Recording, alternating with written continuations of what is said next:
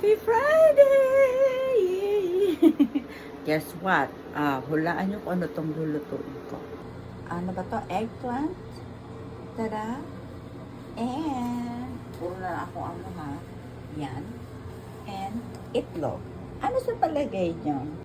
Let's start already with our garlic. Yan.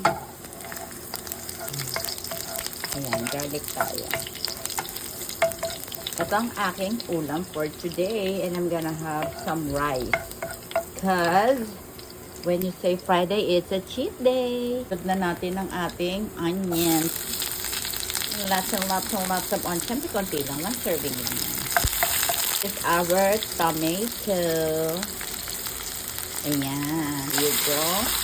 Ang bango naman. Nagugutom na ako. Ito lang ang itlog natin, ha. Ayan. 2 eggs tayo for today. Ayan. Malapit na. Prep lang ang itlog. Ayan. Malambot na ang aking tomato. Let's put our wonderful eggplant. Ay, ayaw niya matanggal. Yay! Kamay na natin. Nagugas naman tayo. Ayan. Gigisa muna natin siya, okay? Nagisa na natin siya. This is tomato, onions, and eggplant. Just to let you know, natimplahan ko na siya ng ating Himalayan salt. Okay?